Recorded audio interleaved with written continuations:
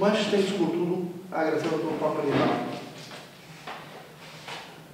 Que está em Macau. Está em Macau quase há uma geração.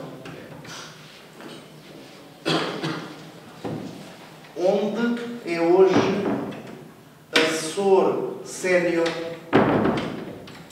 da Assembleia Legislativa da Região Administrativa Especial de Macau, onde trabalha a tecnologia exata. Para além disso, leciona Direito Constitucional na Faculdade de Direito da Universidade de Macau. E, com um grande entusiasmo também, é doutorando em Direito Constitucional na Universidade de Coimbra, orientado por Sr. Tanto que o Dr. Cardinal, que eu conheço há muitos anos, isto é fazer ficar já a cota daquelas coisas que conheceram há muitos anos. E que nos reencontramos na Faculdade de Direito do Porto, no princípio de outubro, depois aí de uns 22 ou 23 anos sem nos vermos. E teve uma coisa que, bom, confesso, que nos deixou satisfeitos aos dois. É que mais de 20 anos depois ainda nos conhecemos. Significa, mesmo estando de cotas, não estamos tão assim de pau parados que já ficássemos irreconhecíveis. Meio reconhecemos de imediato. O Dr. Paulo Cardinal, nós fizemos parte da mesma turma. A turma de algumas pessoas muito ilustres, até neste país.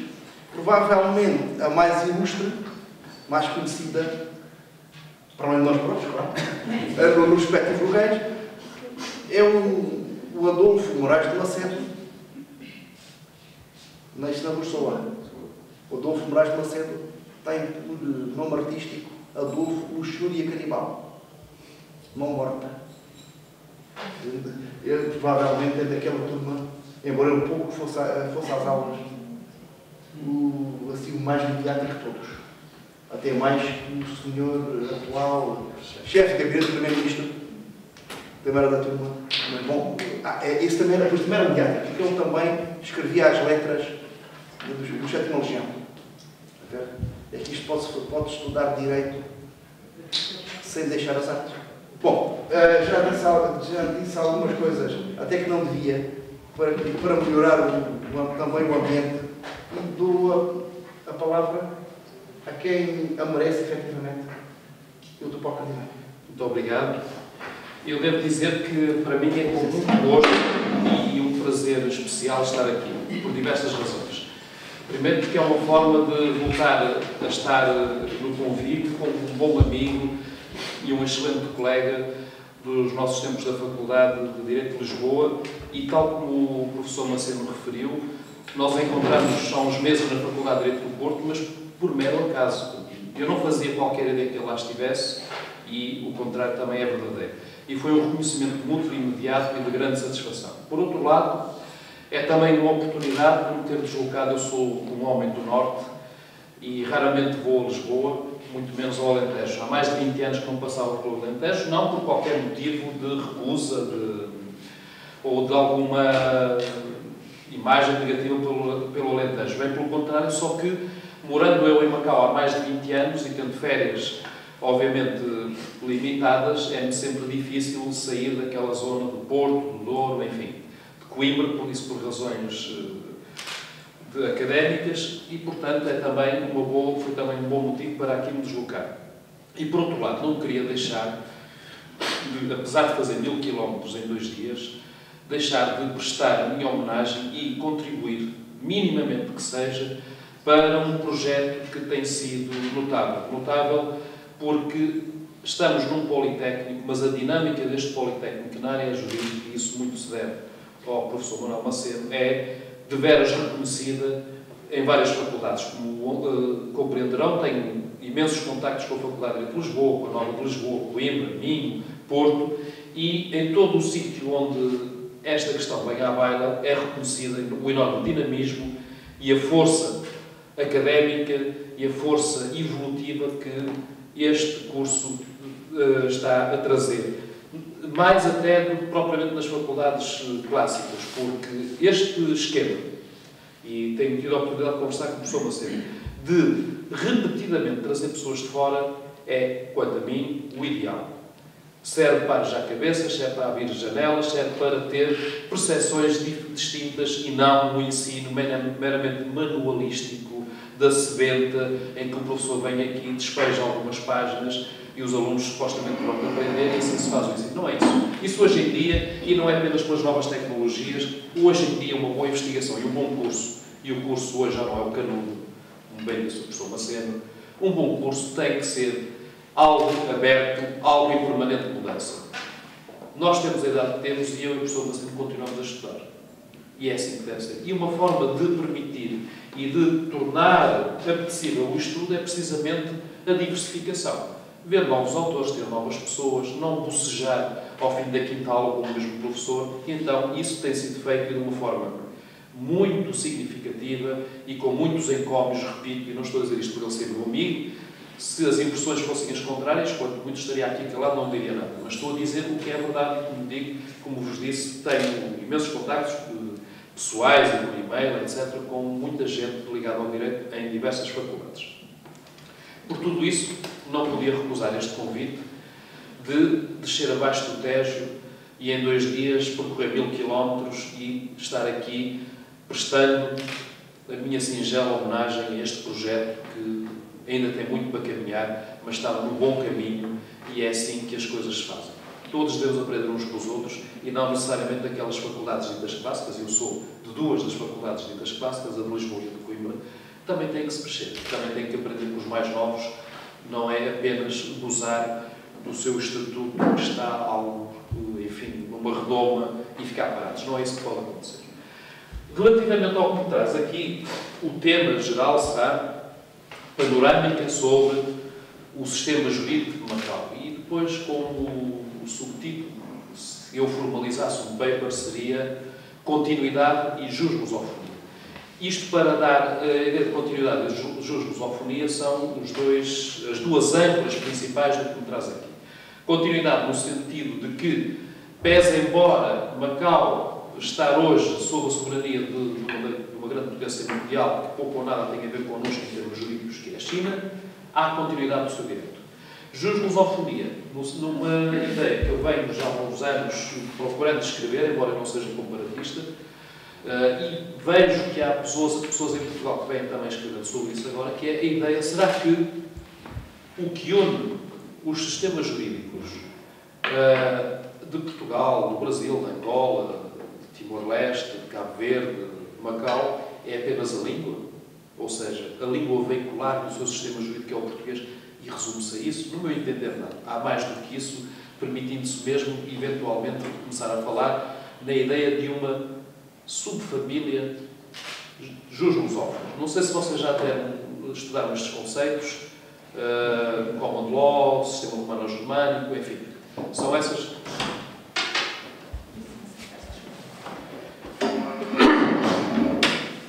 E, fundamentalmente, serão essas as linhas essenciais desta minha exposição. Por outro lado, eu gostaria de deixar aqui bem claro que, se em qualquer momento não me entenderem, se discordarem, se tiverem dúvidas, não hesitem e interrompam. Não encaro isto como uma conferência formal, no sentido que estou num palanque a ditar algumas reflexões e que depois terei que esperar e as pessoas depois mais tarde me colocam questões. Não tem qualquer problema, portanto, qualquer um de vós que entenda ou que tenha dúvidas ou que discorde, e em direito também é importante discordar, o dissenso faz mover a ciência jurídica e, portanto, não tenham quaisquer dúvidas e não tenham quaisquer cuidados em me interromper. Para falarmos sobre o sistema jurídico de Macau, precisamos de conhecer um bocadinho da história. Da história, isto é, Macau tem, neste momento, depois de todos os aterros feitos e de todos os casinos construídos e outros mais que serão construídos, 22 km², muito pequenino. A nível de população, formalmente terá 350.000, 400.000 pessoas, mas, na verdade, indocumentados, imigrantes, terá à volta de 500.000. Portanto, podem imaginar, é uma metrópole pequena, mas imensa, cheia como um ovo de gente. É habitada, na sua esmagadora maioria, 95% para cima, por cidadãos etnicamente chineses. e que dominam naturalmente a língua chinesa e que, na sua organização social, estão pautados aparentemente, e digo aparentemente, mais tarde poderemos falar sobre isso, por um sistema organizativo confuciano. Pelo menos formalmente é assim que as coisas se apresentam. E começamos a perceber, então, a que propósito é que estamos a falar de um sistema jurídico em que eu falo na lusofonia, em que falo nesta ideia de um sistema diferente. Por uma razão simples. Portugal esteve em Macau durante 4 séculos e meio, sensivelmente, deixou, como em muitas outras partes, uma herança histórica, uma memória, uma herança cultural, onde se inclui a língua e o direito. E a verdade é que o direito que hoje vigora em Macau é fundamentalmente um direito romano-germânico, volto a dizer, mas essencialmente um direito de matriz portuguesa. Poderão dizer, bom, isto será um resquício neocolonialista. Isto será uma imposição indecente, uma vez mais, do Ocidente perante o Oriente. Não é verdade. E não é verdade porquê? Porque a China, potência mundial, membro permanente do Conselho